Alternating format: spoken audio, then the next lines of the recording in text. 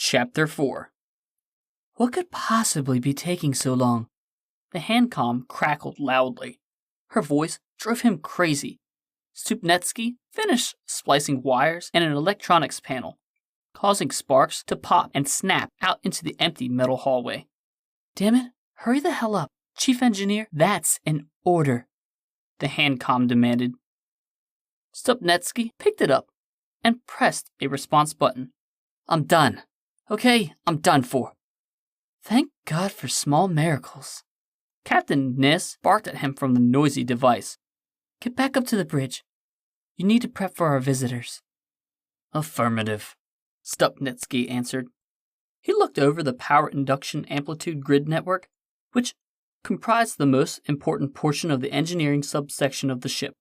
Stupnetsky hoped that all the stripped gears, greasy thrust ports, and messy antimatter valves wouldn't be too obvious when this ship was later inevitably scoured over via forensic investigation. Because what Captain Nis Hark and the crew of UFPSS Coriolis Charybdis were about to do was criminally destructive and catastrophically negligent on a planetary scale. If they made it through this, however, Stupnetsky and his shipmates would be obscenely rich and safe forever. If it went south, even the best possible scenario after being caught would see the crew spend the rest of their lives in an underground prison. Somewhere in the temporal continuum. D3 shrugged. Not a whole lot of cows on Mercury, if you follow. Sully closed his eyes solemnly. He shook his head. Oh, poor lass. If I'd only have known. D3 looked over at him. You make it sound like my life is completely unfulfilling. The retired Commodore lit a smoke. Well, as young as you are, it should be about having every experience. Savvy? I mean, you've never even... Ah, the cheeseburger again? The man in red strode into Perch's control room. He tossed his crimson fedora on top of the pulsing, ruby-hued time rotor. If D3 hasn't gotten a cheeseburger by now, she's probably really not going to want one. D3 said, Sully wants us all to go out, get something exotic. Sully suggested Barcelona? The planet or the city? The Time Lord asked. He was sliding levers, tapping dials. Planet, Sully answered. Which is fine, D3 continued. I said I was tired of the restaurant in Purge. You know. The alien turned from the console. Thousands of restaurants in Purge. He thrust his hands deep into his scarlet pockets, looking at her. You don't just have to eat in the main cafeteria. D3 shook her head impatiently. Doesn't matter. I actually agree with Sully for once. I would like to go somewhere exotic to eat something likewise exotic. He asked what the most exotic thing I've ever eaten, and I said, nothing, really. We eat mostly vitamin packs, you know? Tasteless pills. I've had soups before, but that's about it. He asked what my favorite toppings are on a cheeseburger, and I said, I don't know. Never had one. Mercury isn't known for cows. That's a fascinating story, D3. The man in red turned back to the time machine's control panel. Did we ever go to the Island of Man? Get the, what was it, English crap I used to like? Fish and chips. And, The Time Lord struggled to find a word. When it hit him, he looked up and grinned. Donkeys! You were preoccupied with riding donkeys, D3 nodded. It was weird. Mr. Blue liked the seaside, Sully reminisced. That's all. And we can't blame the old man, now can we? Who doesn't appreciate something old? Something salty? Which is you, D3 sniped. The Time Lord corrected her. D3, which is you, is not a sentence. I disagree with... Sully placed his hands on his hips. We're wasting time now. I'm starving. The alien in the crimson suit leaned back on Purge's antique mahogany lectern. I'm thinking Barcelona sounds... His time watch abruptly emitted a single, bright red pulse, which blasted into the time machine's console, then disappeared. Coordinates accepted, Purge's intercom echoed from overhead, although noticeably softer and warmer since the traveler's regeneration. The suddenness and urgency of her voice displaced any comfort. The man in red looked at his temporal wrist device uneasily. Well, Purge dematerialized. 2567. UFP SS Coreopsis Charybdis. Chartered Vessel, Trade Initiative Operations, Deep Space Fleet. Stupnetsky noticed the new and extremely attractive young shipmate standing in line in the ship's cafeteria. She looked bored. Thinking he could bring a smile to her incredibly amiable face, Stupnetsky sidled up next to her. So what are you going for then? Vegetable matter reconfiguration or a protein patty? Excuse me? You don't look like you know what you want, so I thought I'd offer a couple of suggestions. The beautiful young lady continued to stare around blankly. I'm looking for cheeseburger. Oh, yikes. You won't be seeing any of those on the Charybdis, hun. Hell, last time I even heard of a cheeseburger, I think I was a little kid. Where are you from? Stupnetsky asked. Mercury. You're far from home. He offered his hand. Didn't Mercury disappear or something? Sorry, the name's Stupnetsky. I'm one of the chief engineers. I'm D3. The young woman introduced herself. One of? How can you have more than one chief engineer? I would think that defeats the purpose of the whole chief title. Stupnetsky shrugged. UFP policy, don't ask me. So, are you a android? D3 decided on a substance that appeared to be yogurt. She also picked up a purple banana, placing it on her tray. Am I an android? You said your name was D3. I hear the newer models are virtually indistinguishable from... No, D3 smiled. I'm not a robot. D3 is short for Dawn Rothlanders III. I'm completely human. Actually, I was part of the Mercurian Terraforming Corps. Really? Stupnetsky's eyes were now so wide, D3 thought they may just pop out of his head. Do you know what actually happened there? Because Mercury is gone. It's a long story, Stu. Stupnetsky's eyes gleamed. Hearing D3 give him a nickname already must mean he'd made an impression. Perhaps this wouldn't be such a bad trip. Well, not till the end at least. I have a lunch break, he announced. D3 smiled politely. She indicated by nodding her head. Lead the way. Stupnetsky found several empty tables for them to choose from in the immense, sleek, and futuristic space cafeteria. D3 was staring up at the observation dome, a gigantic, invisible particle encasement field through which diners could view the stars. A comet passed overhead.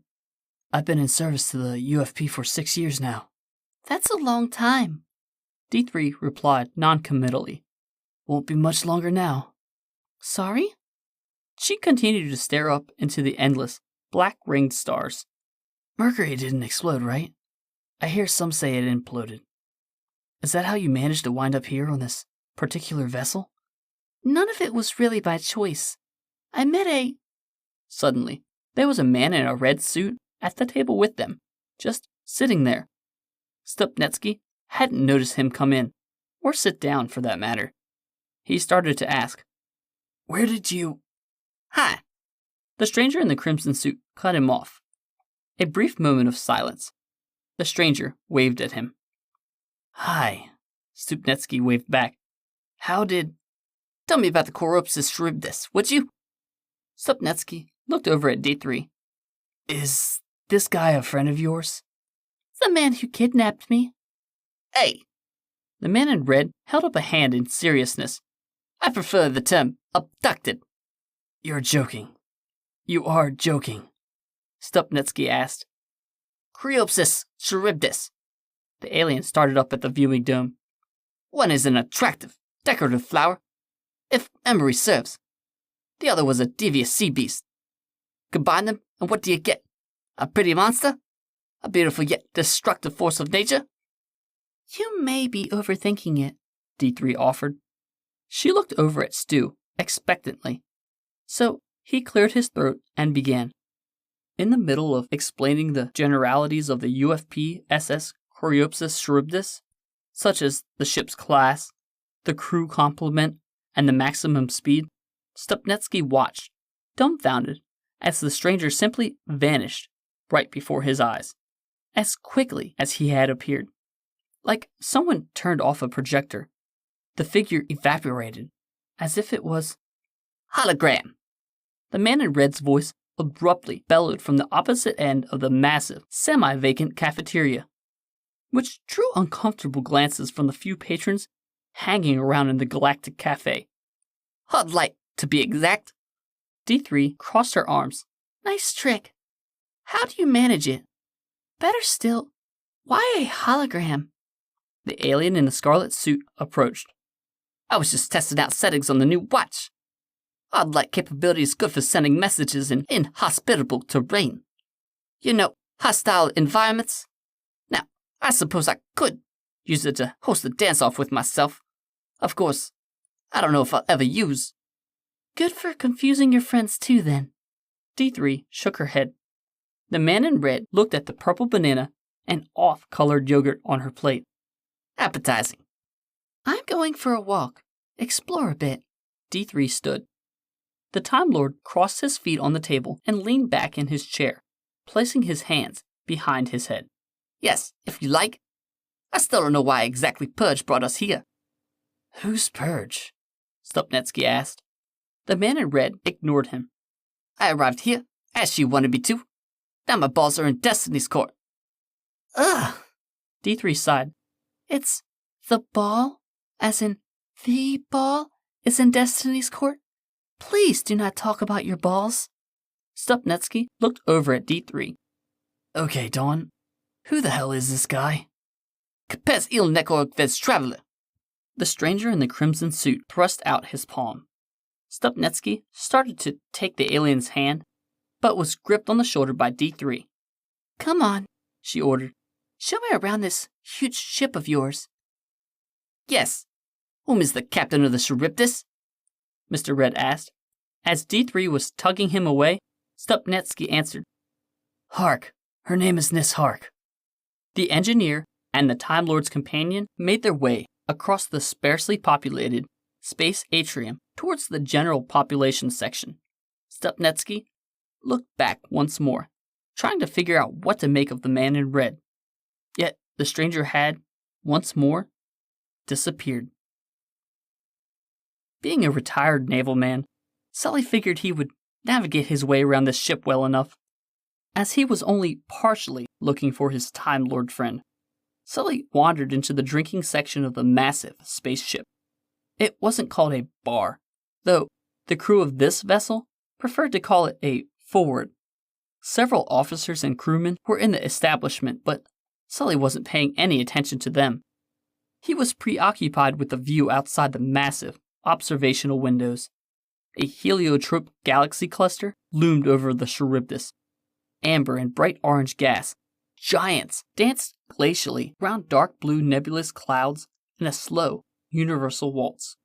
Behind them, a star, a red giant, burned a furnace of infinite light and warmth, reaching outward deep into the abyss of the cold universe.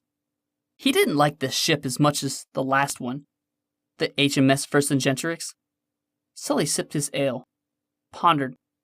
Ultimately, he arrived at the conclusion that he didn't like the beer as much either. The dispatch terminal, which had supplied Sully with the beverage, had also let him know that it was synthetic alcohol. The retired Commodore grumbled to himself. Just bloody worthless, ain't it? The Ford eventually lost its appeal to the old man, and he decided upon a self-guided tour of the UFP SS Coreopsis Charybdis. Oddly enough, however, right as he left the spacebar, he noticed D3 far up ahead in the hallway of the ship, strolling with someone that appeared to be a member of the crew. Bored, Suedo buzzed, and finally admitting that he was not really concerned with the whereabouts of the man in red, Sully moseyed after them. He haphazardly followed at a far distance, behind while still sipping his fake brew and trying to guess at the purpose of this strange technology of the enormous ship. He correctly presumed that trying to light a cigarette may cause problems for a massive spacefaring vessel in 2567. He opted instead to eventually wander into engineering after D3 and her new bloke. After all, he had nowhere else to go. The retired Commodore was good and properly lost. Somewhere else, the man in red stared at a massive viewing screen. An attack ship suddenly loomed in on the Charybdis from the rear. It attached itself, digging into the outer hull violently and causing a low shudder throughout the vessel. Nifty. The Time Lord in the crimson suit crossed his arms. Space pirates!